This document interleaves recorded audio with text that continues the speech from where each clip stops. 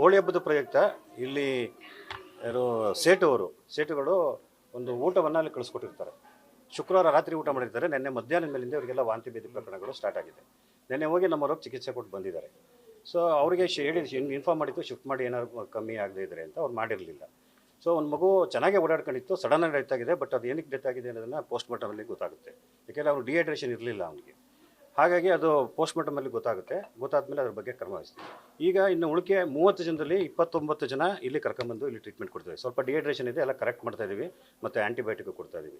29 ಜನದಲ್ಲಿ 2 ಸ್ಥಳೀಯರು, ಒಬ್ಬರು ಬಸವನಪುರ ಅಂತ ಒಂದು, ಮತ್ತು ಇನ್ನೊಂದು ಕಾಗೇಪುರ ಅನ್ನೋ ಒಂದು ಗ್ರಾಮದವರು. ಅಲ್ಲಿ ನೈಟು ಶಾಲೆಯಲ್ಲಿ ಪಾಠ ಹೇಳ್ಕೊಡ್ತಾರೆ ಅಂತ ಅದಕ್ಕೋಸ್ಕರ ಅಲ್ಲಿ ಹಾಲ್ಟ್ ಆಗಿದ್ರು.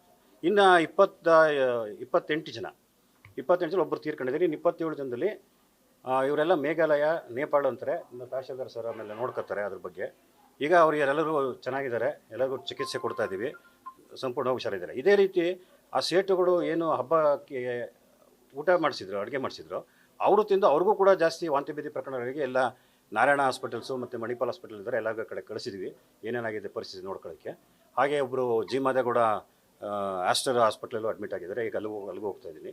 ಹಾಗೆ ಆ ಹೋಟೆಲಿಂದ ಮಾಡಿಸ್ಕೊಂಬಂದಿರೋರು ಎಲ್ರಿಗೂ ಸುಮಾರು ಜನಕ್ಕೆ ಅವತ್ತಿನ ದಿವಸ ತಿಂದವರೆಲ್ಲರಿಗೂ ನಿನ್ನೆಯಿಂದ ವಾಂತಿ ಭೇದಿ ಪ್ರಕರಣಗಳಿದೆ. ಅದೇ ಗೊತ್ತಾಗ್ತಿಲ್ಲ ನಮಗೆ, ಅವ್ರು ಎಷ್ಟು ಜನ ಇದ್ರು ಅಂತ ಗೊತ್ತಿಲ್ಲ. ಈಗ ನಮಗೆ ಬಂದಿರೋ ಅಂದಾಜು 40 ಮೆಂಬರ್ಸ್ ಅವರು 40 ಜನ ಎಲ್ಲ ಬೇರೆ ಕಡೆ ಹೋಗಿದ್ದಾರೆ ಅಂತ. ಅಸ್ವಸ್ಥಾಗಿ ಹೋಗಿರೋದು, ಹಾಸ್ಪಿಟಲ್ ಅಡ್ಮಿಟ್ ಆಗಿರೋದು, ಅವರೆಲ್ಲ ಹಾಸ್ಪಿಟಲ್ ಅಡ್ಮಿಷನ್ ಆಗಿದೆ. ಇವತ್ತು ಬೆಳಿಗ್ಗೆ ಮಗು ಚೆನ್ನಾಗಿ ಓಡಾಡ್ಕೊಂಡ್ಬಂದಿದೆ. ಬಂದ ತಕ್ಷಣ ಸಡನ್ನಾಗಿ ಕೊಲ್ಯಾಪ್ಸ್ ಆಗಿದೆ.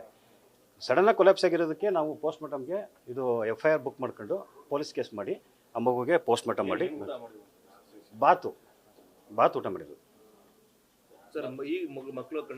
ಚೆನ್ನಾಗಿದೆ, ಏನು ತೊಂದರೆ ಇಲ್ಲ. ಈಗ ಎಲ್ಲರೂ ಹುಷಾರಾಗಿದ್ದಾರೆ. ಎಲ್ಲ ಡಿಹೈಡ್ರೇಷನ್ ಎಲ್ಲ ಕರೆಕ್ಟ್ ಮಾಡ್ತಾ ಇದ್ದೀವಿ. ಮಾಡಿ ಆಗಿದೆ. ಈಗ ಆ್ಯಂಟಿಬಯೋಟಿಕ್ಸ್ ಹಾಕಿದ್ದೀವಿ. ವಾಂತಿಗೋಸ್ಕರ ವಾಂತಿ ನಿಲ್ಲೋದಕ್ಕೆ ಆಂಡಮ್ನತ್ ಇಂಜೆಕ್ಷನ್ ಅವೆಲ್ಲನೂ ಕೊಟ್ಟಿದ್ದೀವಿ. ಈಗ ಮಕ್ಕಳುಗಳೆಲ್ಲ ಸುಧಾರಿಸ್ಕೊತಾ ಇದ್ದಾರೆ. ಇವತ್ತು ಬೆಳಿಗ್ಗೆ ನನಗೆ 8 ಗಂಟೆಗೆ ಮಾಹಿತಿ ಬಂತು, ಈ ರೀತಿ ಒಂದು ಡೆತ್ ಆಗಿದೆ, ಮಗು ಬಂದಿದೆ ಅಂತ. ತಕ್ಷಣ ನಾನು ನಮ್ಮ ಸಾರ್ವಜನಿಕ ಆಸ್ಪತ್ರೆ ಆಡಳಿತಾಧಿಕಾರಿಗಳಿಗೆ ಆ್ಯಂಬುಲೆನ್ಸ್ ಕಳಿಸಿ ಇರೋ ಮಕ್ಕಳನ್ನೆಲ್ಲ ಕರ್ಕೊಂಬಂದ್ಬಿಡಿ ಅಂತೇಳಿ ಅವ್ರನ್ನ ಕರೆಸಿ 8:45ಗೆ ನಾವು ಎಲ್ಲರನ್ನೂ ಇಲ್ಲಿಗೆ ಶಿಫ್ಟ್ ಮಾಡ್ಕೊಂಡು 8:45 ಚಿಕಿತ್ಸೆ ಸ್ಟಾರ್ಟ್ ಮಾಡಿದ್ವಿ. ಅವರು ಮನೆಯಲ್ಲಿ ಮಾಡ್ಕೊಂಡಿದ್ದಾರೆ ಸೀಟುಗಳು. ಊಟವನ್ನು ಅವ್ರ ಮಕ್ಳಿಗೆ ಕಳಿಸ್ಕೊಟ್ಟಿದ್ದಾರೆ. ಅದು ಸಿದ್ದಪ್ಪ ಹೋಟ್ಲ್ ಅಂತೇನೋ ಇದೆ, ನಮ್ಮದು ಇನ್ನೂ ಸರಿಯಾಗಿ ಮಾಹಿತಿ ಇಲ್ಲ. ಫಸ್ಟು ಚಿಕಿತ್ಸೆ ಕೊಡಿಸ್ತಾ ಇದ್ದೀವಿ ಇಲ್ಲಿ, ನಂತರ ಅದ್ರ ಬಗ್ಗೆ ಇನ್ವೆಸ್ಟಿಗೇಟ್ ಮಾಡ್ತೀವಿ. ನಿನ್ನೆ ಬೆಳಿಗ್ಗೆ ಅಲ್ಲ, ನಾನು ಪದೇ ಹೇಳ್ತೀನಿ, ಮಧ್ಯಾಹ್ನದ ಮೇಲೆ ವಾಂತಿ ಭೇದಿ ಆಗಿದೆ. ಹೋಗಿ ನಮ್ಮ ರೋಗಿ ಚಿಕಿತ್ಸೆ ಕೊಟ್ಟು ಬಂದಿದ್ದಾರೆ. ನಮ್ಮ ತಾಲೂಕು ಆರೋಗ್ಯಾಧಿಕಾರಿನೂ ಹೋಗಿದ್ದಾರೆ. ಅವಾಗ ಎಲ್ಲರೂ ಚೆನ್ನಾಗಿದ್ದಾರೆ. ಇಲ್ಲ ಮಾಡ್ಕೊಂಡಿರಲಿಲ್ಲ. ಯಾರಿಗಾರು ಸುಸ್ತಾದರೆ ಬನ್ನಿ ಅಂತ ಹೇಳ್ಬಿಟ್ಟು ಬಂದಿತ್ತು. ಏನು 1 ಬೋಟ್ 2 ಬೋಟ್ ಆಗಿತ್ತು ಅಷ್ಟೇ ಅಂತ. ಆದರೆ ಹುಡುಗ ಏನಕ್ಕೆ ಸತ್ತಿದ್ದಾನೆ ಅನ್ನೋದು ಗೊತ್ತಿಲ್ಲ. ಈಗ ಡಿಹೈಡ್ರೇಷನ್ ಆಗಿರೋದಂತ, ಯಾಕೆ ಅಷ್ಟೊಂದು ಡಿಹೈಡ್ರೇಷನ್ ಆಗೋಕ್ಕೆ ಸಾಧ್ಯ ಇಲ್ಲ. ಬಟ್ ಏನಕ್ಕೆ ಸತ್ತಿದ್ದಾನೆ ಅನ್ನೋದು ಪೋಸ್ಟ್ ಮಾರ್ಟಮ್ ಮೇಲೆ ಗೊತ್ತಾಗುತ್ತೆ. ಇಲ್ಲ ಅದು ಗೊತ್ತಿಲ್ಲ, ಅದು ವಿಚಾರಿಸ್ಬೇಕು. ಈಗ ಅವರೆಲ್ಲರೂ ಏನಾಗಿದ್ದಾರೆ, ಅಡ್ಮಿಟ್ ಆಗಿದ್ದಾರೆ, ಏನು ಸೇಟುಗಳೆಲ್ಲ. ಅದ್ರ ಬಗ್ಗೆ ಇನ್ವೆಸ್ಟಿಗೇಷನ್, ಫಸ್ಟ್ ಟ್ರೀಟ್ಮೆಂಟ್ ಬಗ್ಗೆ ನಾವು ಯೋಚನೆ ಮಾಡ್ತೀವಿ.